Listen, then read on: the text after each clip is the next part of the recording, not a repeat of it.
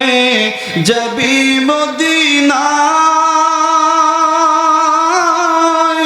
মদিনাতে কান্দেন নবী উম্মতের মায়ায়, দিন রজনী কান্দেন তিনি, দিন রজনী কান্দেন তিনি, শুয়ে রওজায়।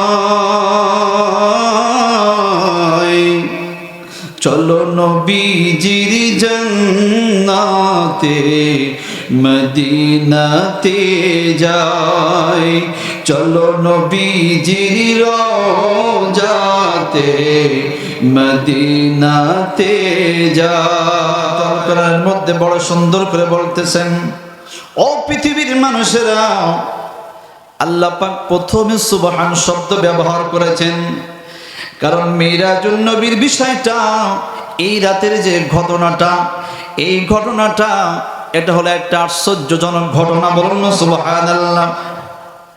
এই মিরাজের ঘটনা আমরা সকলেই বিশ্বাস করি।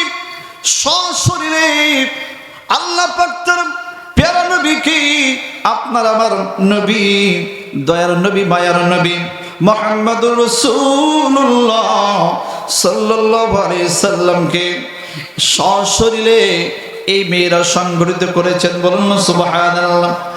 কিন্তু আপনার আমার দেশের মধ্যে এমন মুসলমান রয়েছেন, এমন আমাদের মধ্যে হুজুর আছেন, এমন মোল্লা মৌলভী আছে, যারা এই মিরাজুন নবীটাকে, আল্লাহ রাসূলকে সশরীরে হয়েছেন এটা পছন্দ করে না, বিশ্বাস করে না। কথা বলেন ঠিক কিনা?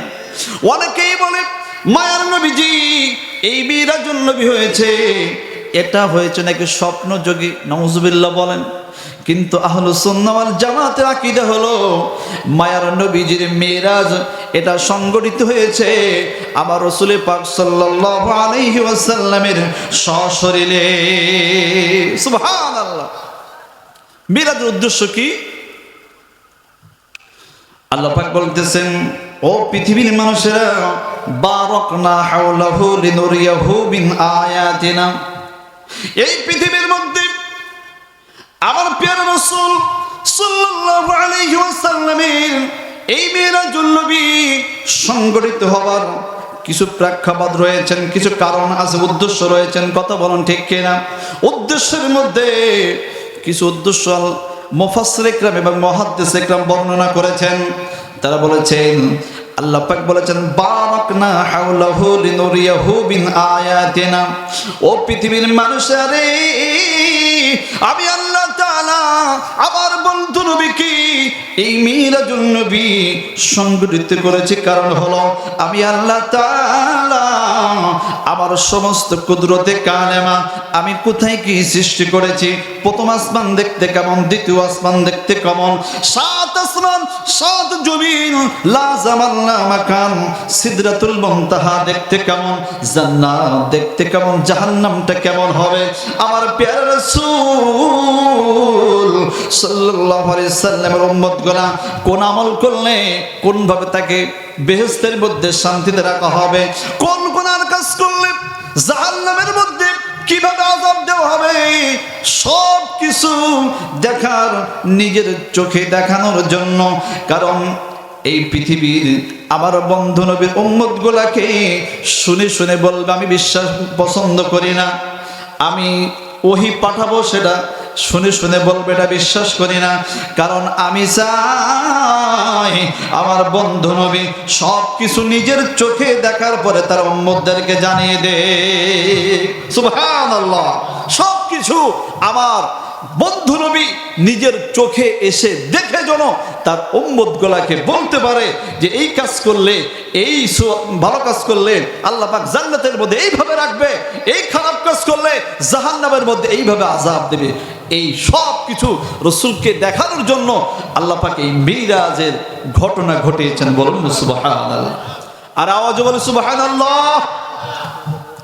শুধু তাই নয়, মিরাজ সংগঠিত হওয়ার কারণগুলো যদি বর্ণনা করা হয়, এর মধ্যে কিছু কারণের মধ্যে দুইটা কারণ আপনাকে আমাকে জানতে হবে এবং বুঝতে হবে।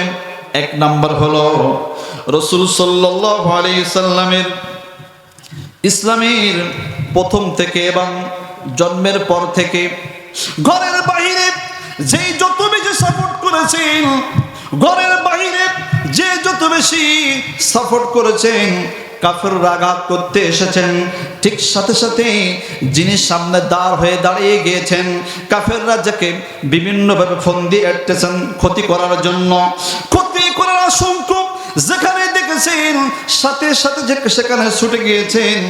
এবং অনেক সময় রাসূল সাল্লাল্লাহু আলাইহি সাল্লামকে ধরার জন্য কাফেররা ছুটে আসতেছেন, সেই ব্যক্তি সংবাদ পেয়ে সেখানে ছুটে গিয়েছেন। এই ব্যক্তিটার নাম হলো আমার মায়ের নবীজির আপন চাচা আবু তালিব। নাম কি? আবু তালিব। তিনি ইসলাম কবুল করতে পারেন নাই, কিন্তু ইসলামের জন্য পেয়ারা রাসূলকে সবথেকে বেশি তিনি সাহায্য করেছেন। বলুন সুবহানাল্লাহ। কাফেররা আসতেছে, সাথে সামনে দাঁড়িয়ে গিয়েছেন আবু তালিব। কাফেরদের সরদার লিডার থাকার কারণে ভয়ে আতঙ্কে মুহাম্মদ সাল্লাল্লাহু আলাইহি ওয়াসাল্লামের কাছে আসার অনেকেই সাহস করেন নাই। বলুন সুবহানাল্লাহ। ঘরের বাইরে তিনি সবথেকে বেশি সাপোর্ট করেছেন। সম্মানিত উপস্থিতি, শুধু তাই নয়, ঘরের বাইরে আবু তালিব সবথেকে বেশি সাপোর্ট করেছেন। এবং ঘরের মধ্যে যিনি মায়ের নবীকে সবথেকে বেশি সাপোর্ট করেছে ইসলাম প্রচার করার জন্য, তিনি হলেন আম্মা জান খাদিজাতুল কুবরা রাদিয়াল্লাহু তাআলা আনহা। সুবহানাল্লাহ বলেন। কাফেররা গালি দিয়েছেন, কটু কথা বলেছেন, ঘরের মধ্যে প্রবেশ করলেন মন খারাপ। সাথে সাথে আম্মা জান খাদিজাতুল কুবরা মায়ের নবীকে ডাক দিয়ে বললেন, ইয়া রাসূলুল্লাহ, ও ইয়া হাবিবাল্লাহ, মন খারাপ কিসের জন্য? বিভিন্ন ভালো ভালো কথা বলে নবীর মনটা ভালো করে দিতেন। শুধু তাই নয়, ইসলামের জন্য সবথেকে বেশি যিনি দান সদকা করেছেন, টাকা পয়সা বিলি করে দিয়েছেন, সেই ব্যক্তি আর কেউ নয়, তিনি হলেন আমার মায়ের নবীজির নিজের প্রথম স্ত্রী হযরতে খাদিজাতুল কুবরা রাদিয়াল্লাহু তাআলা আনহা। এই জন্য আমার মায়ের নবীজি ওই খাদিজাতুল কুবরা রাদিয়াল্লাহু তাআলার জন্য মাঝে মাঝে যেই মনে পড়তেন, মায়ের নবীর চোখের পানি মুবারক ছেড়ে খাদিজার জন্য কাঁদতেন। আল্লাহু আকবার। সম্মানিত উপস্থিতি, যেই দুইজন ব্যক্তি সব থেকে বেশি সাপোর্ট করেছেন ঘরের বাহিরে এবং ভিতরে, আল্লাহর কি লীলা এবং খেলা। এই অল্প কিছু দিনের ব্যবধানের মধ্যে আবু তালিব এবং মা খাদিজাতুল কুবরা রাদিয়াল্লাহু তাআলা আনহা দুইজন এই পৃথিবী থেকে বিদায় নিলেন। আবু তালিব তিনিও মারা গেলেন এবং আম্মা জান খাদিজাতুল কুবরা রাদিয়াল্লাহু তাআলা তিনিও ইন্তেকাল করলেন। এখন বলেন, আমাদের সমাজে যদি একই পরিবারের দুইজন ব্যক্তি হঠাৎ করে মারা যায়, ওই পরিবারের যারা থাকে সবাই কি হয়? শোকাহত হয়ে পড়ে। কথা বলেন ঠিক কিনা? শোকে এত শোকাহত হয়ে যায়, তার নিকট আত্মীয়, দূর আত্মীয়, পাড়া প্রতিবেশী সকলে তাকে দাওয়াত করে করে খাওয়ায়। কথা বলেন ঠিক কিনা? ঠিক কিনা বলেন? কারণ তারা যদি বাড়ি থেকে বাইরে আরেকজন মেহমানের বাড়ি যায়, দু পাঁচটা কথা বলবে, জানা বোঝা করলে মনটা কি একটু ফ্রেশ হবে। কথা বলেন ঠিক কিনা? যেই মুহূর্তে এমন একটা ব্যবস্থা হয়ে গেল, আপনার আমার মায়ের নবী, দয়ার নবী মুহাম্মদ রাসূলুল্লাহ সাল্লাল্লাহু আলাইহি ওয়াসাল্লাম, এই দুইজন ব্যক্তি পৃথিবী থেকে চলে যাওয়ার কারণে মনটা বড় খারাপ, ভালো লাগে না। উঠতে চলতে বসতে সকল সময় মনের মধ্যে ব্যথা। কিন্তু এই পৃথিবীর মধ্যে আল্লাহ পাক সব থেকে অপছন্দ করেন, আল্লাহর কাছে সবথেকে খারাপ লাগে ওই সময়, যেই সময় মায়ার নবীজির মনের মধ্যে ব্যথা থাকে। সুবহানাল্লাহ। আল্লাহ পাক সব থেকে বেশি মন খারাপ করেন যে সময় তার বন্ধুর মনটা খারাপ থাকে। সুবহানাল্লাহ, সুবহানাল্লাহ। আর আজকে আমরা কত আমাদের মতো কত চঙ্গা মৌলভীরা, যাদের আমল নাই, কালাম নাই, ইলম নাই, কিছু নাই, সেই মায়ার নবীজির সাথে কত বাজে বাজে শব্দ ব্যবহার করতিস। কত বলেন ঠিক কিনা? আওয়াজ করে বলেন ঠিক কিনা? কিন্তু ওই রাসূল সাল্লাল্লাহু আলাইহি ওয়াসাল্লামের দুইজন কাছের মানুষ পৃথিবী থেকে বিদায় নেওয়ার কারণে তার মনটা বড় খারাপ। আল্লাহ পাক জিবরাইলকে বললেন, জিবরাইল, ও জিবরাইল, আমি তো আর সহ্য করতে পারতেছি না, আমি তো আর সহ্য করতে পারি না। জিবরাইল বললেন, ও প্রভু মালিক, কিসের জন্য সহ্য করতে পারেন না? আপনি কি কারণে এত আমাকে কিসের জন্য? আল্লাহ পাক জিবরাইলকে বলতেছেন, জিবরাইল, ও জিবরাইল, আমি সহ্য করতে পারতেছি একটা কারণ আমি যার প্রেমে, যার ভালোবাসায় সমস্ত কুল কায়নাত সাজিয়ে দিলাম, যার মহব্বতে সবকিছু আমি সাজাইলাম, সমস্ত কুল কায়নাত সৃষ্টি করলাম। জিবরাইল, আমার সেই বন্ধু নবীর মনটা খারাপ, তার মনের মধ্যে ব্যথা। জিবরাইল, আমি সহ্য করতে পারতেছি না, যাও যাও যাও জিবরাইল, আমার বন্ধুর মনটা ভালো করার জন্য, তার মনের মধ্যে একটু প্রশান্তি দেওয়ার জন্য, তার মনের মধ্যে শান্তি দেওয়ার জন্য, ও জিবরাইল, তুমি যাও যাও পৃথিবীর জমিন থেকে তাকে লইয়া প্রত্যেকটা আসমানের মধ্যে ঘোরাইয়া ঘোরাইয়া, 7 আসমান ঘোরাইয়া সিদরাতুল মুনতাহার মধ্যে নিয়ে আসবা। সেখান থেকে 70,000 নূরের পর্দা ঘোরাইয়া ঘোরাইয়া, জিবরাইল, আমার বন্ধুকে আমার আরশ মহল্লার মধ্যে নিয়ে আসো। আর আওয়াজ সুবহানাল্লাহ, নারায়ে তাকবীর, নারায়ে রিসালাত। তাহলে আপনার আবার নবী মন খারাপ থাকলে কার মন খারাপ থাকে? কথা বলেন। আল্লাহ সবথেকে কি অপছন্দ করেন? তার বন্ধু নবীর মন খারাপ সবথেকে বেশি অপছন্দ করেন। সুবহানাল্লাহ বল। এই জন্য বলতেছেন, মেরা সিরাজ নীতি আল্লাহ আপনি নবীকে দাওয়াত দিয়ে নিয়ে গেলেন আর সেই পাকে, রব তাআলা মুহাব্বতে দিয়েছেন সালাম, ইয়া নবী সালাম আলাইকা, ইয়া রাসূল সালাম, ইয়া নবী সালাম আলাইকা, ইয়া রাসূল। বলতে পারবেন না? বলি, ইয়া নবী সালাম আলাইকা। ওয়াফিক কামান গভীরাত সব নবী রাসূল, পড়তে নামাজ দেখতে সবাই সেই নুরানি ফুল। ঠিক কিনা বলেন? অপেক্ষামান গভীর রাতে ওই মসজিদুল আকসার মধ্যে 1 লক্ষ মতান্তরে 2,24,000 রাসূল, নবী এবং রাসূল, সেখান থেকে আপনার আমার মায়ের নবীর জন্য এই রাত অপেক্ষায় ছিলেন। বলুন সুবহানাল্লাহ। এই জন্য বলতেছেন, অপেক্ষামান গভীর রাতে সব নবী রাসূল, পড়তে নামাজ দেখতে সবাই সেই নুরানি ফুল, বরকতময় নামাজেরি বরকতময় সালাতেরি হয়েছেন ইমাম, ইয়া নবী সালাম আলাইকা, ইয়া রাসূল সালাম, ইয়া নবী সালাম আলাইকা, ইয়া রাসূল সালাম। দুরূদ শরীফ পড়ে আল্লাহুম্মা। সবাই জোরে, যারা পানি আসবে, পানি পানি নিয়ে আসেন, পানি পানি আনতে বলুন। কারণ পানি ব্যবস্থা করতে বলো, ওইখানে যে বলো। আর দূরে পড়ে আল্লাহুম্মা। এসে যে পানি লাগবে না, পানি পানি পানি তুমি পানি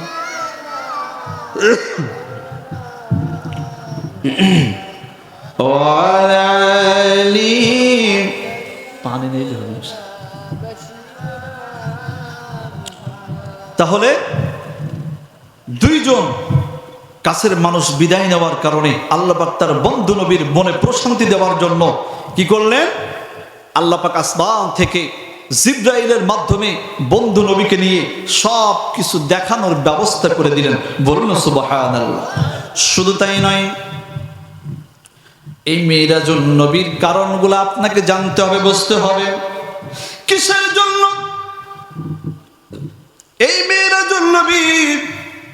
আল্লাহ পাক ব্যবস্থা করলেন, যদি আপনি আমি একটিবারের জন্য চিন্তা করি, নবীর প্রেম এবং ভালোবাসা আমাদের হৃদয়ের মধ্যে গভীরভাবে জায়গা করে নিবে।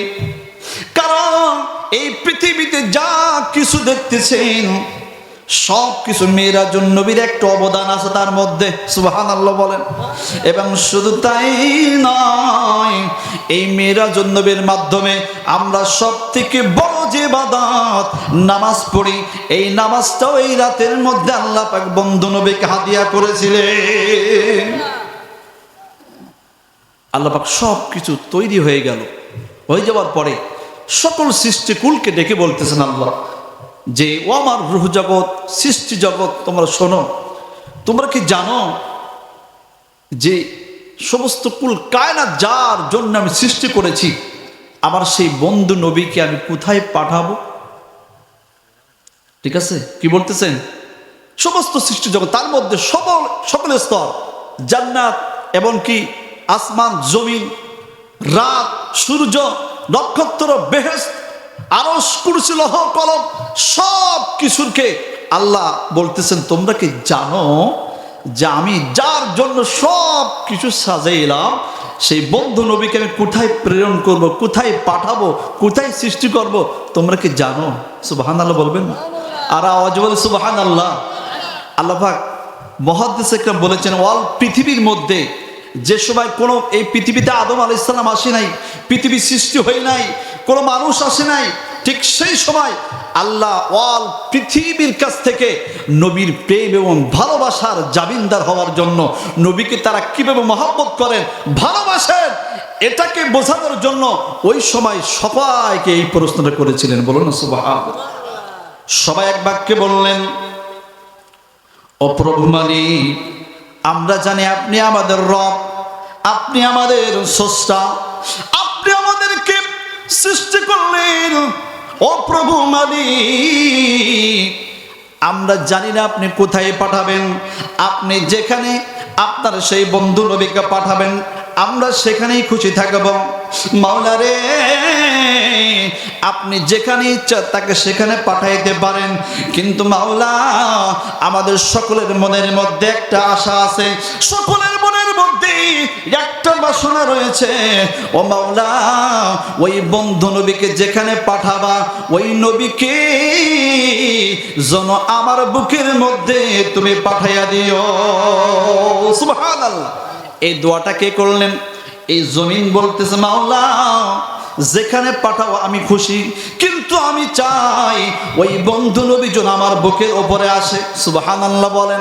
প্রথম আসমান বললেন, ও মালিক যেখানেই পাঠাবো সেখানেই খুশি, কিন্তু আমি প্রথম আসমান বলতেছি ওই নবী যেন আমার মধ্যে আসে। সুবহানাল্লাহ বলেন। দ্বিতীয় আসমান বলতেছে, মাওলা ওই নবীকে যেখানে পাঠাবো আমি খুশি, কিন্তু আমার মনের বাসনা হলো ওই নবীকে আমার বুকের মধ্যে রাখা। সবাই বলতেছে, রাত ডেকে ডেকে বলতেছে, মাওলা আপনি যে কথাটা বললেন যেখানেই পাঠাবেন যেভাবেই যাবে আমরা সবাই খুশি, কিন্তু আমি রাত বলতেছি ওই নবী যেন আমি রাতের মধ্যে আসে। সুবহানাল্লাহ বলেন। দিন বলতেছেন, ও আল্লাহ আপনি আমাকে সৃষ্টি করেছেন, এই শুকরিয়া আদায় করে আমি শেষ করতে পারবো না। বন্ধু নবীকে কোথায় পাঠাবেন আপনি ভালো জানেন, যেখানেই দিবেন আমি খুশি, কিন্তু মাওলা রে আমি চাই ওই নবী যেন আমার মধ্যে আসে। সুবহানাল্লাহ।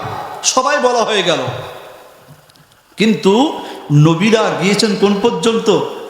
7 আসমান, ফেরেশতারা সিদরাতুল মুনতাহা, তার উপরে আর কারোর যাওয়ার কি নাই, ক্ষমতা নাই। জিবরাইল ফেরেশতা কোন পর্যন্ত? সিদরাতুল মুনতাহা, উপরে কারোর ক্ষমতা নাই। আছে কে? আল্লাহ। সুবহানাল্লাহ, সুবহানাল্লাহ, সুবহানাল্লাহ বলেন। সবাই বলতেছে বলতেছে বলতেছে, বলতে বলতে 70,000 নূরের পর্দা একটা একটা করে ডাক দেওয়া শুরু করলো। ও আল্লাহ আপনি আমাদেরকে এত সুন্দর করে সেট করেছেন, আমাদের মনের মধ্যে কোনো ব্যথা নাই, কিন্তু মাওলা রে যেই বন্ধু নবীকে আপনি সৃষ্টি করেছেন, যাকে আপনি আপনি যেখানেই পাঠান, যেখানেই রাখেন, এতে আমরা খুশি। কিন্তু আমরা নূরের যে ছাদগুলো রয়েছি, নূরের যে 70,000 নূরের পর্দা আপনি সেট করে দিয়েছেন পৃথিবীর উপরে, মাওলা আমরা চাই প্রত্যেকটা ধাপে ধাপে যেন আমাদের মনের বাসনা হলো ওই নবীকে আমরা নূরের পর্দার মধ্যে রেখে দিতে চাই। ইয়া রাসূলুল্লাহ ইয়া হাবিবাল্লাহ, এটা বলতে পারো না সবাই? বলি ইয়া রাসূলুল্লাহ ইয়া রাসূলুল্লাহ ইয়া হাবিবাল্লাহ ইয়া রাসূল ইয়া রাসূলুল্লাহ, তুমি মোদের আশার আলো। ঠিক কিনা বলেন? আমাদের কোনো আশা নাই, ভরসা নাই, আছে কি নবীর, ঠিক কিনা? আমার নবী যদি আপনাকে আমাকে সাফায়াত করেন, আপনার কোথায় যাব? জান্নাতে যাব। কিন্তু নবী যদি আপনার পক্ষ না নাই, আল্লাহ পাক বললেন যেই নবীর উম্মত তুই, সেই নবী তোকে চেনে না, তোকে আমি কিভাবে চিনব? ঠিক না? তুমি মোদের আশার আলো, তাই যে তোমায় বাসি ভালো, তুমি মোদের আশার আলো। জোরে, তাই যে তোমার হৃদয় নামের ফুলদানিতে, হৃদয় নামের ফুলদানিতে গেথে রেখেছি প্রেমের মালা। ইয়া রাসূলুল্লাহ ইয়া আরে মোহাম্মদ ইয়া রাসূল।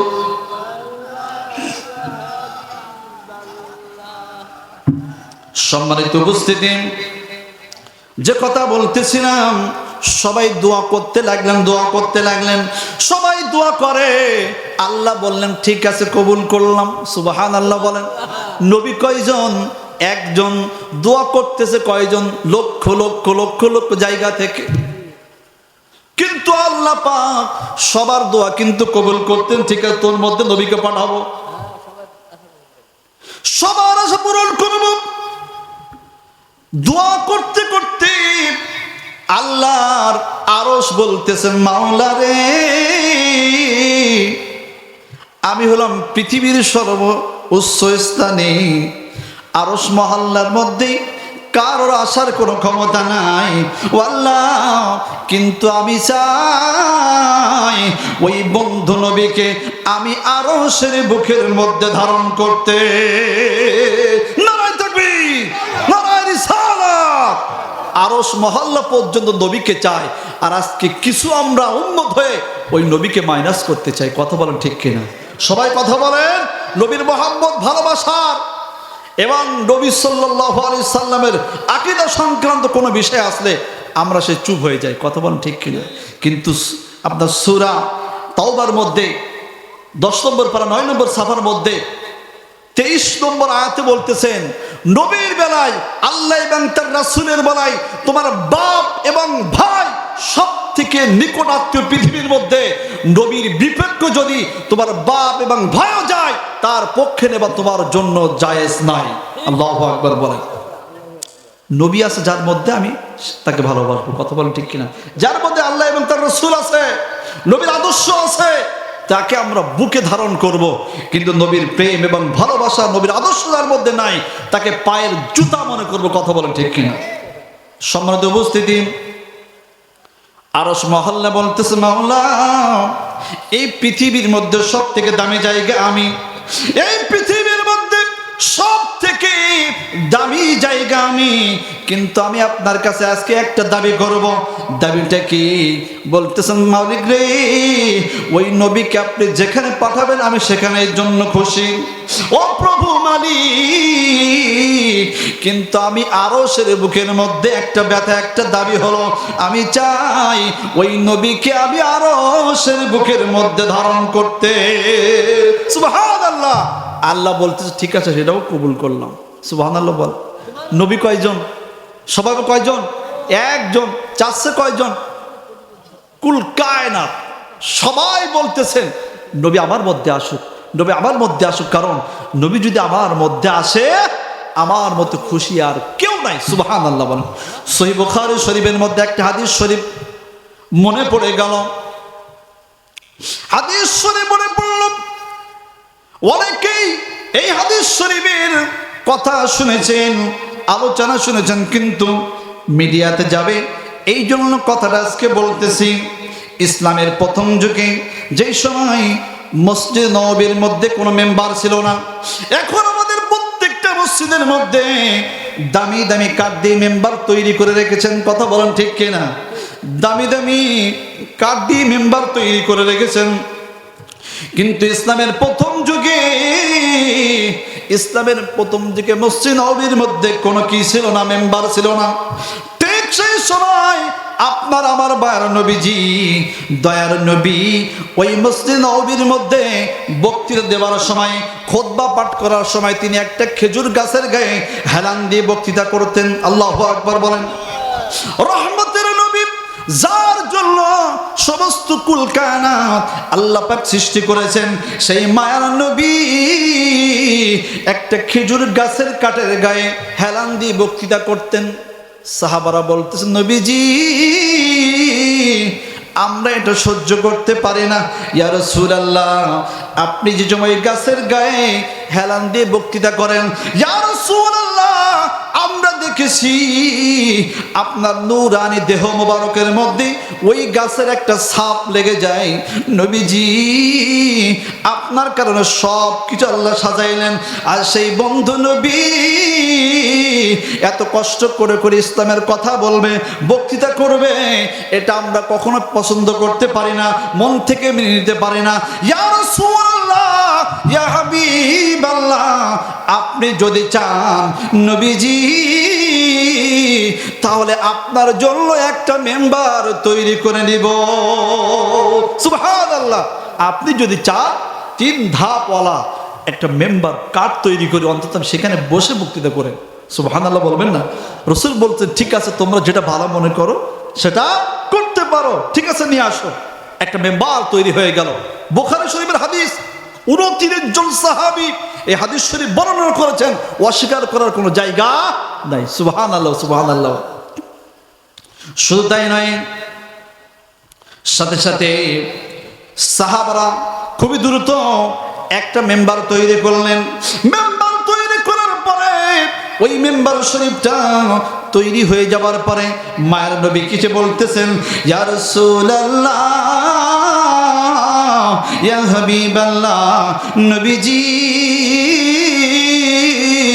আপনার বলেছিলাম একটা মেম্বার তৈরি করব, মেম্বার তৈরি করা হয়েছে। ইয়া রাসূলুল্লাহ আপনি যদি চান মেম্বারটা মসজিদের মধ্যে নিয়ে আসি। রাসূল বলতেন ঠিক আছে নিয়ে আসো। মেম্বারতে স্থাপন করা হয়ে গেল, কিন্তু খেজুর গাছের কাঠটা এখনো জায়গায় রয়েছেন।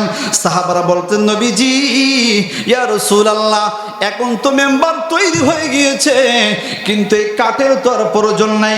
ইয়া রাসূলুল্লাহ আপনি যদি বলেন, অনুমতি যদি দেন, তাহলে এই গাছের কাঠটা এখান থেকে আমরা উঠায়া আর একটা জায়গায় রেখে আসি। নবী আমার বললেন ঠিক আছে, যেহেতু এই গাছের আর কোনো প্রয়োজন নাই, যেহেতু এর কোনো আর দরকার নাই, তোমরা আর একটা জায়গায় তাকে রেখে দিয়ে আসো। এমন কথা বলতে বলতে বলতে বলতে হঠাৎ করে সাহাবীরা ওই গাছের কাঠটা হাত দিয়ে ধরলেন। গাছের কাঠটাকে সবাই ধরে নিয়ে মসজিদ নববী থেকে ধরে নিয়ে মদিনা শরীফে একটু অদূরে ফাঁকা একটা জায়গায় ওই গাছটা রেখে দিলেন। যেই মুহূর্তে ওই খেজুর গাছটা ওই মরুভূমির মধ্যে রেখে দিলেন, মজার ব্যাপার হলো একটা মরা খেজুর গাছ নবীকে কত মহব্বত করে, নবীকে পাওয়ার জন্য কেমন আশা ব্যক্ত করতে পারে। আর সমস্ত আসমান জমিন সৃষ্টিকুল তো নবীকে পাওয়ার জন্য আশা ব্যক্ত করবে না, সাধারণ ব্যাপার। ওই খেজুর গাছের ওই গুড়িটা ধরে যেই মুহূর্তে মরুভূমির মধ্যে রেখে দিলেন, দিয়ে সাহাবারা চলে আসবেন, হঠাৎ করে 29 জন সাহাবী থেকে হাদিস শরীফ বর্ণনা হয়েছেন, সকল সাহাবীরা দেখলেন ওই গাছের মধ্য থেকে যেন ছোট্ট একটা বাচ্চার কান্নার আওয়াজ ভেসে আসতেছে। আরে আওয়াজ বলে সুবহানাল্লাহ। গাছ কি কথা বলতে পারে? সবাই বলেন, আরো আওয়াজে বলেন। তারপরে মরা গাছ, কি গাছ? মরা খেজুর গাছের কাঠ। কথা বলতে পারে? কথা বলতে পারে না। সাহাবারা হতবাক হয়ে গেলেন, কি ভেলা এখানে কথা বলতেছে কেন? এখানে গাছের মধ্যে থেকে কথা আসে কেন? গাছ তো কথা বলতে পারে না, কেন কথা আসতেছে? সবাই দেখতেছেন ওই গাছের মধ্য থেকে বলতেছেন, ইয়া রাসূলুল্লাহ সেদিনে তো রাইও আমারে। একটু আওয়াজ বলে মারহাবা। ওয়া হাবিবাল্লাহ সেদিনে তরাইও মহদেরে। গাছের মধ্য থেকে বল সুবহানাল্লাহ, বল। অধমে পাপী ডাকি তোমার, ঠাই দিও কদমে সেদিনে তরাইও মহদেরে। সুবহানাল্লাহ বলবেন না? যেদিনে সাই হিসাব নিবে, আগুন পানির তুফান হবে, লাফসি নাফসি করবে সবাই, আমার উপায় কি হবে? সেদিনে তো রাইও মহদেরে, সেদিনে তো রাইও মহদেরে। সবাই বলে মারহাবা। গাছের মধ্য থেকে এমন করে কান্নার আওয়াজ। সাহাবারা নবীর দরবারে দৌড় মারা শুরু করলেন। দৌড় মারতে মারতে রাসূল পাক সাল্লাল্লাহু আলাইহি ওয়াসাল্লামের কাছে চলে গেলেন, যে বলতেছেন, ইয়া রাসূলুল্লাহ ইয়া হাবিবাল্লাহ, একটা মজার ঘটনা ঘটে গেল নবীজি, একটা আশ্চর্য ঘটনা ঘটে গেল। আমার রাসূল সাল্লাল্লাহু আলাইহি সাল্লাম বলতেছেন, ও আমার সাহাবীরা রে, কি ঘটনা ঘটলো, কি দেখেছো? সাহাবারা বললেন, ইয়া রাসূলুল্লাহ ইয়া হাবিবাল্লাহ, আমরা দেখলাম মসজিদে নববী থেকে ওই গাছের কাঠটা যেই মুহূর্তে মরুভূমির মধ্যে রেখে দিলাম নবীজি, আমরা নিজের কানে শুনতে পাইলাম ওই গাছের মধ্য থেকে আপনার প্রেমের বিরহের কান্নার আওয়াজ ভেসে আসে। আর আওয়াজ বলে সুবহানাল্লাহ। রাসূল বলতেন, তাই নাকি? আর দেরি করলেন না, দৌড়ে চলে গেলেন গাছের কাঠের কাছে। যে মায়ার নবীজি নিজে শুনতেছেন, কান মুবারক দিয়ে গাছ বলতেছে, ইয়া রাসূলুল্লাহ ইয়া হাবিবাল্লাহ, পৃথিবীতে যেই দিন আল্লাহ পাক আমাকে পৃথিবীর জমিনে জান দিয়েছিলেন, ইয়া রাসূলুল্লাহ, দেওয়ার পরে যেই দিন থেকে আপনার খিদমতে আসতে পেরেছিলাম, সুবহানাল্লাহ বলো, ইয়া রাসূলুল্লাহ, যেই দিন থেকে আপনি শরীর মোবারক, পৃথিবীর সব থেকে দামি শরীর মোবারক, আমি গাছের গায়ে হেলান দিয়ে বক্তৃতা করতেন নবীজি, পৃথিবীর প্রত্যেকটা বড় বড় গাছকে ডেকে ডেকে বলতাম, পৃথিবীর প্রত্যেকটা সুন্দরী সুন্দরী গাছকে ডেকে ডেকে বলতাম, ও পৃথিবীর বড় বড় গাছেরা রে, ও পৃথিবীর সুন্দর সুন্দর গাছেরা রে, সবাই ডেকে ডেকে বলতাম, ফুল গাছগুলো ডেকে ডেকে বলতাম, ফল গাছগুলো ডেকে ডেকে বলতাম, তোমরা এই পৃথিবীতে আইছো ঠিকই, কিন্তু তোমরা দামি হইতে পারো নাই। এই পৃথিবীতে অনেক বড় হয়েছো ঠিক আছে, কিন্তু তোমরা বাইরে নবীজির খেদমত করতে পারো নাই।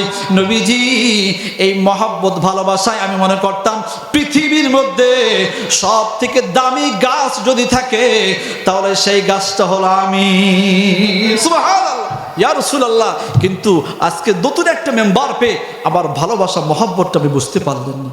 ইয়া রাসূলুল্লাহ, আপনাকে আমার কাছে পাওয়ার জন্য কত দোয়া করেছি, আপনাকে আমার কাছে পাওয়ার জন্য আল্লাহর কাছে কত শুকরিয়া করেছি, আর আজকে ভালো একটা মেম্বার পেয়ে আমাকে দূরে সরিয়ে দিলেন। ইয়া রাসূলুল্লাহ, আমি সহ্য করতে পারতেছি না, আমি সহ্য করতে পারতেছি না।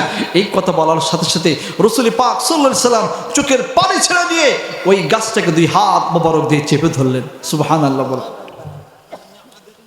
রাসূল সাল্লাল্লাহু আলাইহি সাল্লাম গাছ মোবারকটা দুই হাত দিয়ে চেপে ধরার পরে ওই গাছটাকে নবীজি বলতেছেন, ও মরা খেজুর গাছ, হাদিসের ভাষা বলা হয় উস্তুনি হান্নানা। নাম কি? উস্তুনি হান্নানা মানে হলো মরা খেজুর গাছ। সুবহানাল্লাহ বলেন।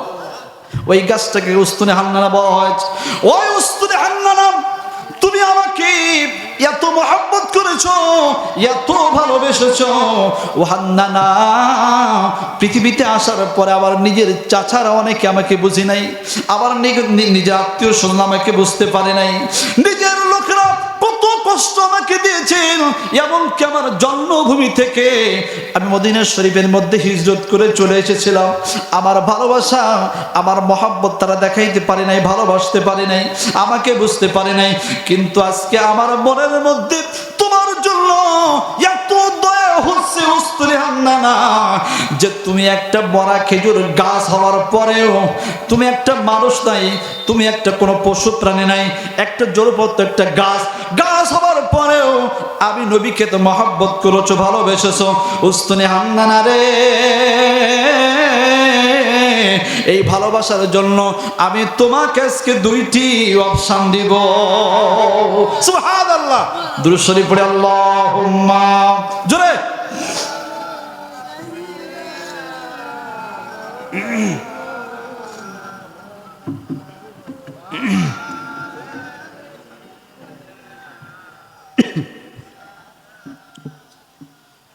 কয়টা অপশন? দুইটা। এক নাম্বার হলো, তুমি যদি চাও তাহলে আমি রহমতের নবী এই মদিনা শরীফের মধ্যে এমন একটা জায়গায় আমি তোমাকে রোপণ করবো, অর্থাৎ তুমি মরা খেজুর গাছ, মরা একটি কাঠ, তারপরেও আমি রহমতের নবী তোমাকে আবার রোপণ করে দিব। রোপণ করার সাথে সাথে তোমার মধ্যে আবার পাতা গজাবে। সুবহানাল্লাহ বলেন। তোমার মধ্যে আবার ফুল হবে, তোমার মধ্যে আবার ফল হবে। সুবহানাল্লাহ বলেন।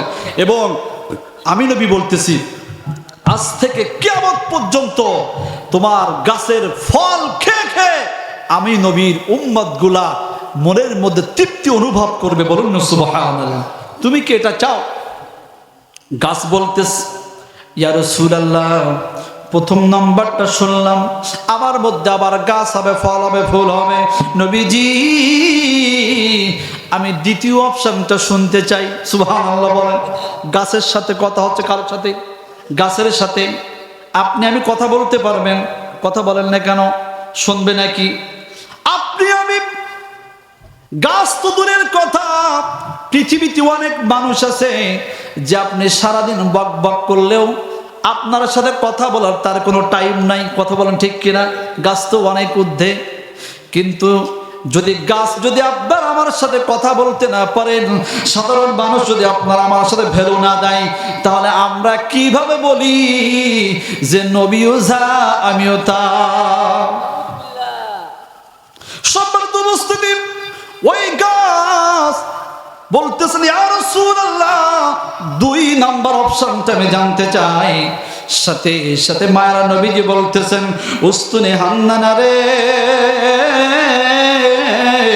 দ্বিতীয় নম্বর অপশনটা হলো আমি নবীজি তোমাকে বলতেছি, তুমি আমাকে যেই মহব্বত করেছো, যেই ভালোবেসেছো, ওস্তনে হান্নানা আমি কথা দিলাম কাল কিয়ামতের দিন যেদিন কোটি কোটি কোটি কোটি মানুষ নাফসি নাফসি করতে থাকবে, একটা নেকি দিয়ে সাহায্য করার মতো কোন সহৃদয়বান ব্যক্তি খুঁজে পাওয়া যাবে না। ওস্তনে হান্নানা আমি নবীকে ভালোবাসার কারণে, মহব্বত করার কারণে আমি কথা দিলাম, যদি তুমি চাও ওই কিয়ামতের ময়দানে আমি নবী তোমাকে না নিয়ে জান্নাতে প্রবেশ করব না। আর আওয়াজ বলো সুবহানাল্লাহ। উস্তুনে আল্লাহ বলতেছেন, ইয়া রাসূলুল্লাহ আমি তো এই কথাটা শোনার জন্য এতক্ষণ পাগল হয়ে রয়েছি। ইয়া রাসূলুল্লাহ আমি চাই না আমার মধ্যে ফুল হোক, আমার মধ্যে ফল হোক, আমার মধ্যে পাতা গজাক, আমি চাই না পৃথিবীর মানুষগুলো আমাকে সম্মান করুক। নবীজি আমি চাই উস্তুনে হান্নানা যে আপনি নবীর সাথে একটু জান্নাতে প্রবেশ করতে। রহমতে আলম নবী নূরে মুজাসসাম সাহাবীরা আতর বানায়। একটু বলি না, সব বলার চেষ্টা করি। রহমতে আলম নবী নূরে মুজাসসাম সাহাবীরা আতর বানায়।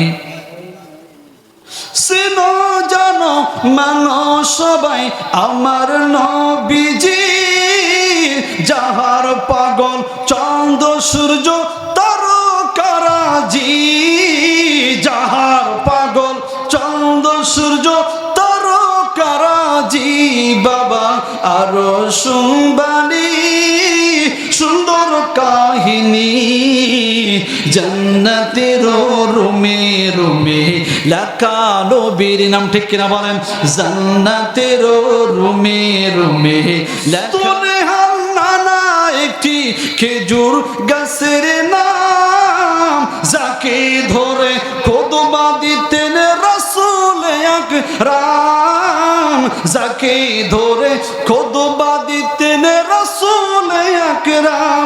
গাছটা নবীর বিরহে কাঁদিতে রহে, হতভাগ হয়ে গেলেন সাহাবা একরাম, ঠিক কিনা বলেন? হতভাগ হয়ে গেলেন সাহাবা একরাম। চিৎকার দিয়ে বলি মারহাবা।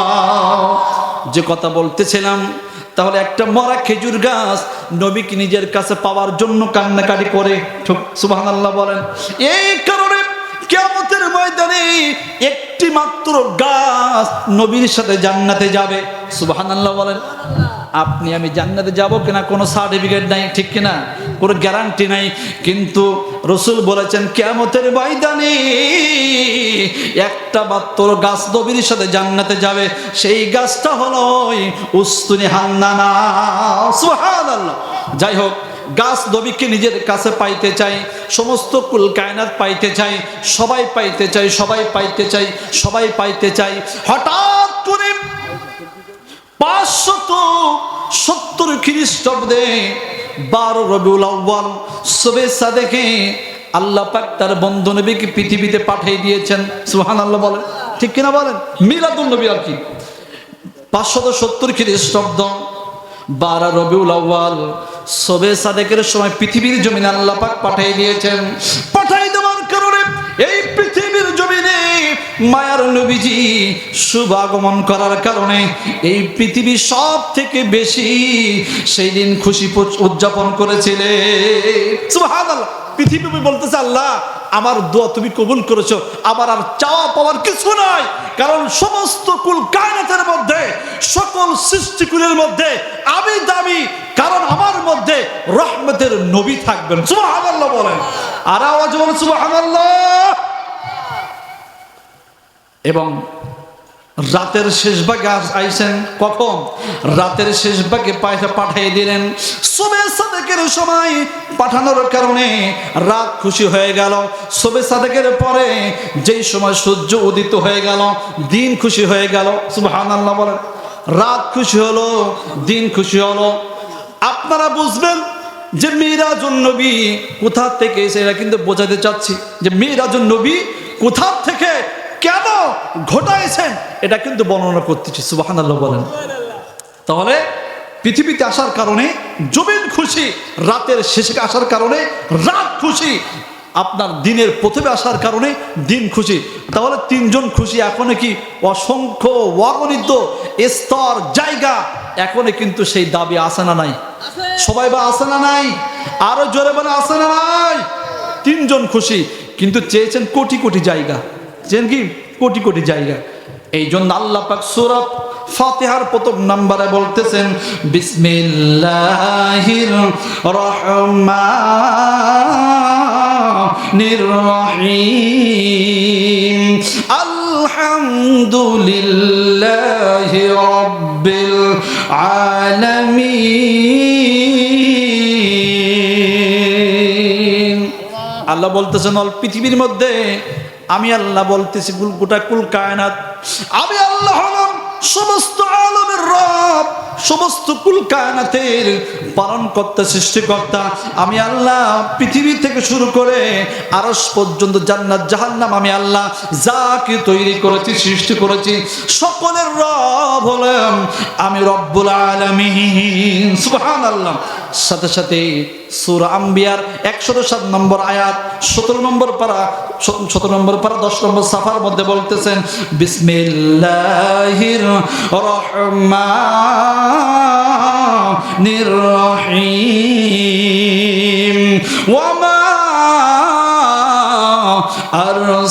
আরসালনাকা ইল্লা রাহমাতাল লিল আলামিন। আল্লাহু আকবার বলেন। সম্মানিত উপস্থিতি, আল্লাহ বলতেছেন ইয়া রাসূলুল্লাহ, ইয়া হাবিবাল্লাহ, আমি হলাম গোটা আলমের রব, আর আমি বন্ধু নবী তোমাকে বানাইলাম গোটা আলমের জন্য রহমত। সুবহানাল্লাহ। এই জন্য সমস্ত কুল কায়নাত এই কথা বলেছেন, নবীকে পাইতে চাই। এই কারণে আল্লাহ জিব্রাইলকে বললেন, ও জিব্রাইল যাও যাও পৃথিবীর জমিনে চলে যাও, যাইয়া আমার বন্ধু নবীকে বড় স্পেশাল ভাবে সুন্দর করে নিয়া, বড় সুন্দর করে লইয়া বরাক যোগে আমার নবীকে লইয়া প্রথমে মসজিদুল হারাম থেকে আকসার মধ্যে নিয়ে আসবা। আসার পরে সমস্ত নবী রাসূলরা আমার নবীর পিছনে ইক্তেদা করে নামাজ আদায় করবে। এই কারণে আপনারা নবীকে বলা হয় সাইয়্যিদুল মুরসালিন। সুবহানাল্লাহ বলেন। সকল নবীদের সরদার নবীকে বলা হয় রাহমাতাল লিল আলামিন। কথা বলেন ঠিক কিনা? নবীকে বলা হয় ইমামুল মুরসালিন, মানে সকল নবীদের ইমাম। সুবহান। সকল নবীদের কি ইমাম বলতে আল্লাহ। তারপর কি হবে? প্রথম আসমানে নিয়ে আসবা। প্রথম আসমান নিয়ে আসা হলো। আসমান বলতেছে মাওলা, তুমি যে একদিন বলেছিলে তোমার বন্ধু নবীকে আমার মধ্যে পাঠাবা। সুবহানাল্লাহ বলেন। প্রথম আসমান নবীকে পেয়ে খুশি, সবাই খুশি হইতে হইতে আল্লাহ পাক উঠাইতে সিদরাতুল মুনতাহা পর্যন্ত উঠাই নিলেন। সিদরাতুল মুনতাহার পরে কোন নবীরাও যায় নাই, কোন ফেরেশতারাও যাইতে পারে নাই, জিবরাইল ফেরেশতা যাইতে পারে নাই। এইখানে হলো মজার ব্যাপার। আমার আল্লাহ পাক বলতেছেন, বন্ধুরে এই পর্যন্ত সবার আশার শেষ। ইয়া রাসূলুল্লাহ, আপনাকে আমি সমস্ত কুল কায়নাত গোটা আলমের জন্য রহমত বানাইলাম। এই মিরাজুন নবীর মাধ্যমে আমি সেটা প্রমাণ করে দিলাম। কিভাবে? বন্ধুরে আপনি সেখান থেকে রফ যোগে আসুন, ওটাকে বলা হয় ইরাজ, হাকিকতে মিরাজ। সুবহানাল্লাহ বলেন। হাকিকতে মিরাজ শুরু হয়ে গেল। প্রত্যেকটা আল্লাহ পাক প্রত্যেকটা নূরের পর্দার মধ্যে নিয়ে যাওয়া শুরু করলো। যেখানেই চলে যায় আল্লাহকে বলে, মাওলা পৃথিবীর প্রথমে তুমি বলেছিল যে ওই নবীকে আমার মধ্যে পাঠাইবা। মাওলা রে, ওই রহমাতাল লিল আলামিনের কদম মোবারক আমাদের বুকে লাগার কারণে আজকে হাজার হাজার বছর পরে আমাদের মনের মধ্যে প্রশান্তি পেয়ে গেলাম। সব হয়ে গেল। এমন কি আল্লাহর আরশে উঠবেন। কোথায়? সবাই বলেন, আরো জোরে বলেন। কথা বলতে কষ্ট হচ্ছে, আরশে উঠবেন, দুরূদ শরীফ পড়ে আল্লাহুম্মা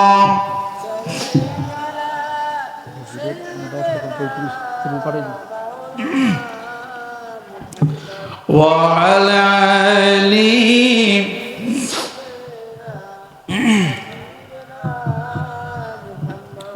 তাহলে আরশে উঠবেন। কোথায়? সবাই বলেন আরশে উঠবেন। সুবহানাল্লাহ, সুবহান। কোন নবী উঠতে পারে নাই, আপনার আমার নবী সেখানে উঠবেন। এটা শুনে আপনারা খুশি না বেজার? সবাই বলেন খুশি না বেজার? কারণ নবীর সম্মান আল্লাহ দিলে উম্মত হয়ে আমাদেরকে কি হওয়া দরকার? কথা বলেন, খুশি হওয়ার দরকার। কিন্তু নবীর ইজ্জত শান মান শুনে অনেক উম্মত কিন্তু খুশি হইতে পারে না। কথা বলেন ঠিক কিনা? কথা বলেন ঠিক কিনা? যাই হোক, আরশ মহল্লায় উঠবেন। হঠাৎ করে রাসূল পাক সাল্লাল্লাহু আলাইহি ওয়াসাল্লাম মনে করতেছেন, আহারে আল্লাহ পাক তো কাউকে দেখা দেয় না, কাউকে কি দেখা দেয় না। লান তারানি লান তারানি। মুসা আলাইহিস সালাম বারবার আল্লাহকে বলেছেন যে আল্লাহ আমি তোমাকে দেখতে চাই, তোমাকে দেখতে চাই, তোমাকে দেখতে চাই। আল্লাহ দেখা দাও, দেখা দাও, দেখা দাও। সহ্য করতে পারতেছি না। কেন? বলতেছে যে আল্লাহ তোমাকে দেখতে চাই। আল্লাহ পাক বলতেছে মুসা আমাকে দেখা অত সহজ না। সুবহানাল্লাহ বলেন, আমাকে দেখতে পাবা না। কিন্তু বারবার রিকোয়েস্ট করার কারণে আল্লাহ পাক মুসাকে বলছে ঠিক আছে, দেখার ব্যবস্থা হয়ে যাবে। অমুক দিন অমুক সময় তুই তুর সাইনার উপরে চলে আস, তুর পর্বতে চলে আস। সুবহানাল্লাহ বলেন। মুসা আলাইহিস সালাম আল্লাহকে দেখার জন্য মাওলার সাথে দিদার হবে, আল্লাহকে দেখতে পাবে, এই আশায় এই ভরসায় মুসা আলাইহিস সালাম আবেগের বশতে কোনো দিকে চিন্তা না করে যেই জুতা মোবারকটা তিনি পায়ে দিয়ে জমিনের মধ্যে হাঁটাহাঁটি করতেন, কত মজার ব্যাপার।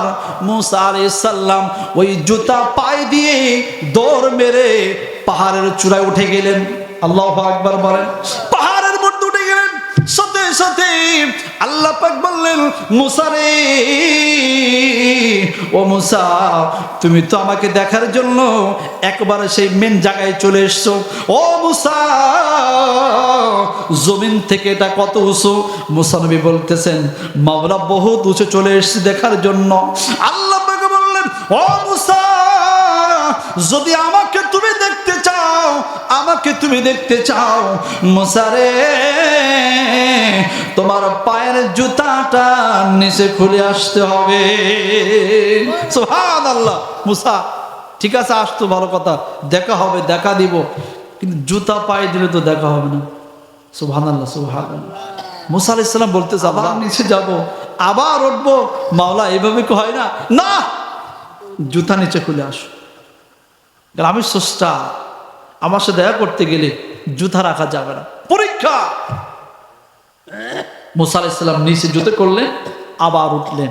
ওঠার পরে দেখা তো দূরের কথা, নূরের শুধুমাত্র আল্লাহ একটু তাজাল্লি দিলেন। কত পর্দার উপর থেকে একটু আল্লাহর নূরের তাজাল্লি ঝলক দিলেন। দেওয়ার সাথে সাথে মুসা আলাইহিস সালাম তো বেহুশ। শুধু তাই নয়, কি সুবিশাল বড় একটা পাহাড় জ্বলে পুড়ে ছাই হয়ে সুরমা হয়ে গেল। বলুন না সুবহানাল্লাহ। আর আওয়াজ বলো সুবহানাল্লাহ। কি হয়ে গেল? হ্যাঁ, সুরমা হয়ে গেল। সম্মানিত উপস্থিতি, রাসূল পাক সাল্লাল্লাহু আলাইহি সাল্লাম ওই কথাটা চিন্তা করলেন। আমার ভাই মুসা আল্লাহর সাথে দেখা করতে যে, দিদার করতে যে সামান্য পাহাড়ের উপর জুতা পায়ে দিয়ে উঠেছিল, আমি যদি জুতা পায়ে দিয়ে আরশ মহল্লার উপর উঠে যাই তাহলে কেমন হয়ে যাবে? একটু ইতস্তত করতেছেন। কি মজার ব্যাপার হলো, মুহাদ্দিস ইকরাম বলেছেন ওই সময় মায়ের নবীজি একটু চিন্তা ভাবনা করতেছেন। হঠাৎ করে আল্লাহ পাক একটি ইলহাম শব্দ করে জানাই দিলেন, ইয়া রাসূলুল্লাহ ওয়া ইয়া হাবিবাল্লাহ, নবীজি খবরদার খবরদার, যে ইচ্ছাটা করেছেন, ইয়া রাসূলুল্লাহ ইয়া হাবিবাল্লাহ, আপনি যে জুতা মুবারকটা খোলার জন্য ইচ্ছা করতেছেন, খবরদার জুতা খুলবেন না। কারণ আমার আরশ চাই আপনি নবীর জুতা মুবারকের ধুলা মুবারক লাগার কারণে আমার আরশটা কোটি গুণে দামি হয়ে যাবে। আর আওয়াজ সুবহানাল্লাহ। হে রাসূল তোমায় ভালোবাসি, অন্তরে শুধু মুখে নয়, জান্নাতের আশায় নয় হে রাসূল, জাহান্নাম কেউ ডরে না। দুরূদ শরীফ পড়ে আল্লাহুম্মা। সবাই জোরে জোরে।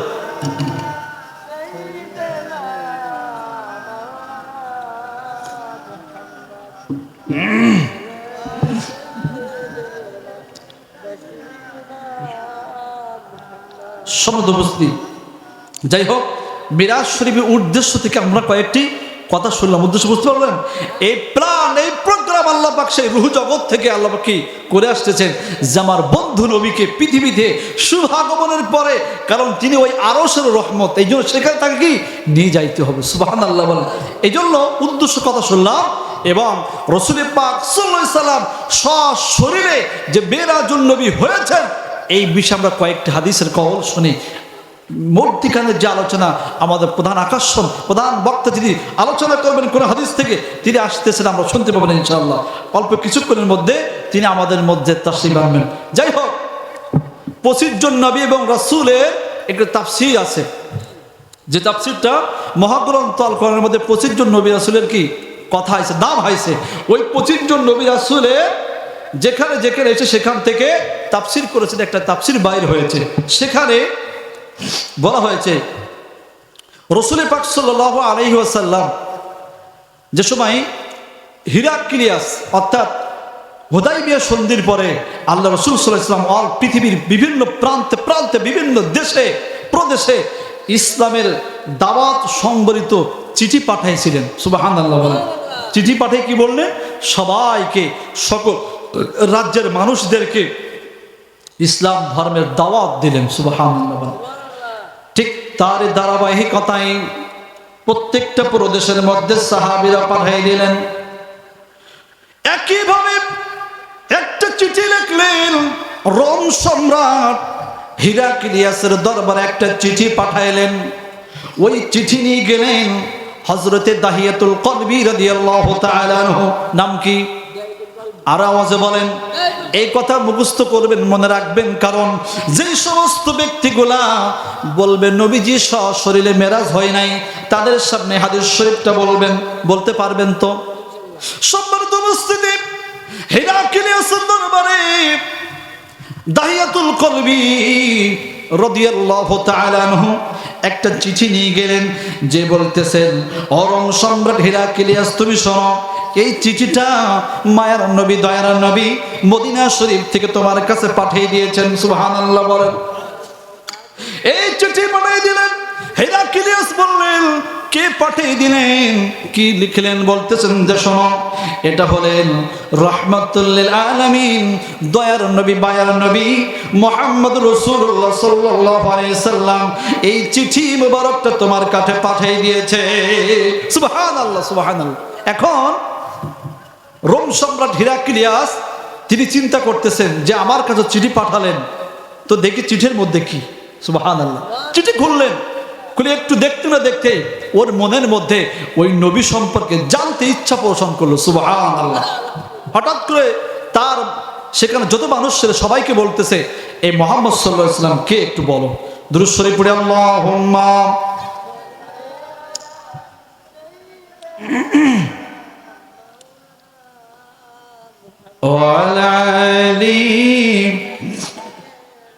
এই পাশে এখন অনেক জায়গা আছে, এই পাশে পাঠিয়ে দিন সবাই। আল্লাহুম্মা সাল্লি